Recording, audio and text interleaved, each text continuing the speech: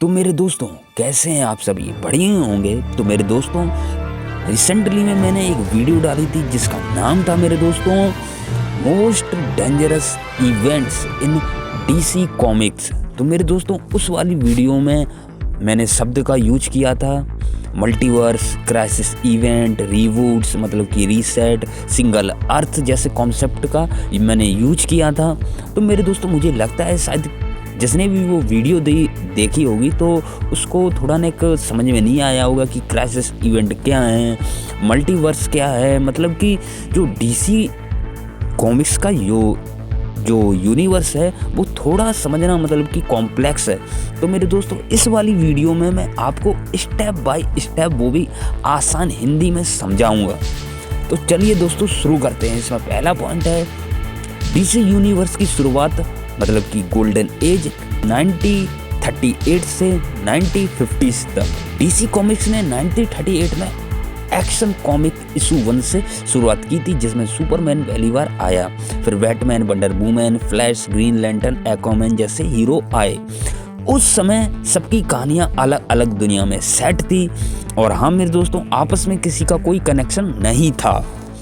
दूसरा पॉइंट है मल्टीवर्स का जन्म सिल्वर एज 1950s से लेके 1970s।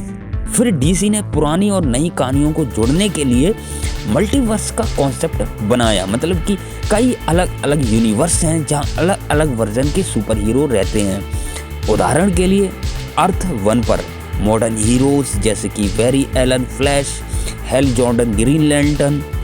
फिर दिखाई जाती है अर्थ 2 ओल्ड हीरोज जैसे Jay Garrick, Flash, Alan Scott, Green lantern.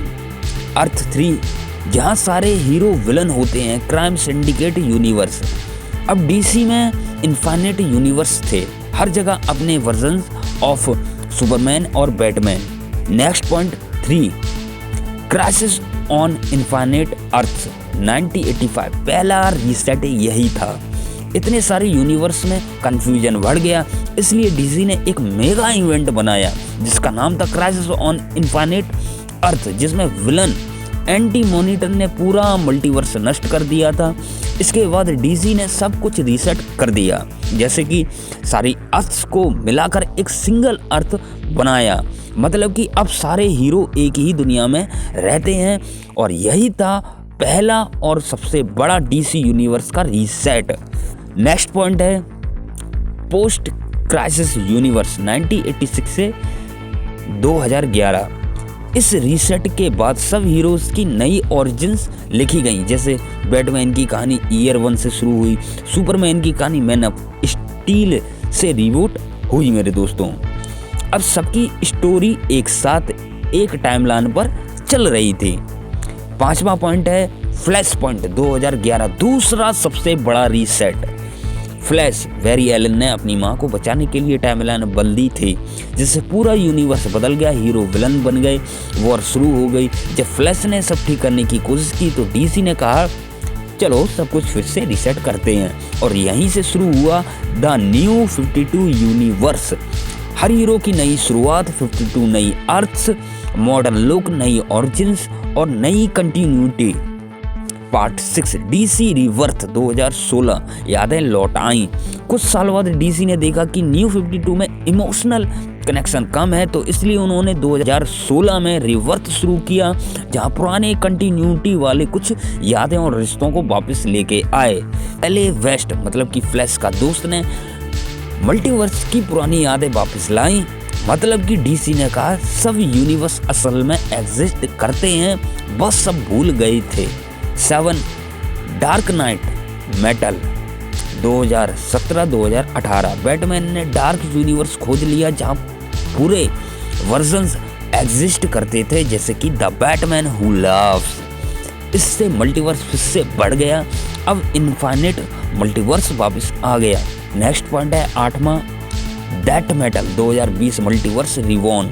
इस इवेंट के अंत में पूरा मल्टीवर्स फिर से रिबिल्ड हुआ। अब इन्फिनिट फोर्टेनर शुरू हुआ, जहां हर यूनिवर्स और टाइमलाइन कैनन है, यानी सब सच है। 9वां पॉइंट है डीसी ओमनीवर्स एरा 2011 प्रेजेंट। अब डीसी का कॉन्सेप्ट है एवरीथिंग हैपेंड, यानी हर रिबूट, हर यूनिवर्स, हर इवेंट सब रियल है, कोई एक अर्थ नहीं है बल्कि अनगिनत रियलिटीज़ हैं।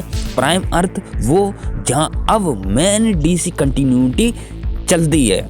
तो मेरे दोस्तों 10वां है सिंपल समरी। तो मेरे दोस्तों इस चार्ट को आप देख सकते हैं जो मैं आपको दिखा रहा हूं। तो इसमें क्या है, एरा 1938 से 1950 तक गोल्डन एज, अलग अलग दुनिया, कोई कनेक्शन नहीं। फिर इसके बाद क्या है, 1950 से लेकर 1985 मल्टीवर्स, कई earths, 1985 crisis on infinite earths, सबको एक अर्थ में मिला दिया गया। 2011 flash point, new 52 reset, 2016 rebirth, पुरानी यादें वापस, 2020 that metal, infinite universe return, 2011 से लेके अब तक ओमनीवर्स, सब कुछ अस्तित्व में है। मेरे दोस्तों डीसी में यूनिवर्स रीसेट का मतलब होता है पुरानी कहानियों को मिटाकर नई कंटिन्यूटी शुरू करना, और सिंगल अर्थ का मतलब है जब डीसी ने सारे अलग अलग दुनियाओं को मिलाकर एक ही अर्थ बना दी ताकि सबकी कहानी एक साथ जुड़ सके। तो मेरे दोस्तों यह थी पूरी कहानी डीसी यूनिवर्स की। तो मेरे दोस्तों अगर इसमें आपको कुछ समझ में नहीं आया हो तो आप कमेंट करके बता सकते हैं, तो मैं उस पर दोबारा से और अच्छे तरीके से वीडियो बनाऊंगा। मेरे दोस्तों जो चीज़ आपको अच्छे से समझ में नहीं आई होगी तो पहले मैं कमेंट से ही समझा दूंगा, अगर नहीं समझ में आ रही होगी तो फिर मैं वीडियो भी लेके जल्दी ही आऊँगा मेरे दोस्तों। तो मेरे दोस्तों यह पूरा कॉन्सेप्ट था, कैसा क्या multiverse, crisis event, reboots, single Earth. तो मेरे दोस्तों मैंने स्टेप बाय स्टेप आपको समझा दिया है। तो वीडियो आपको कैसा लगा, अगर अच्छा लगा हो तो लाइक, कमेंट एंड शेयर कीजिए, और जाने से पहले सब्सक्राइब जरूर करें मेरे दोस्तों।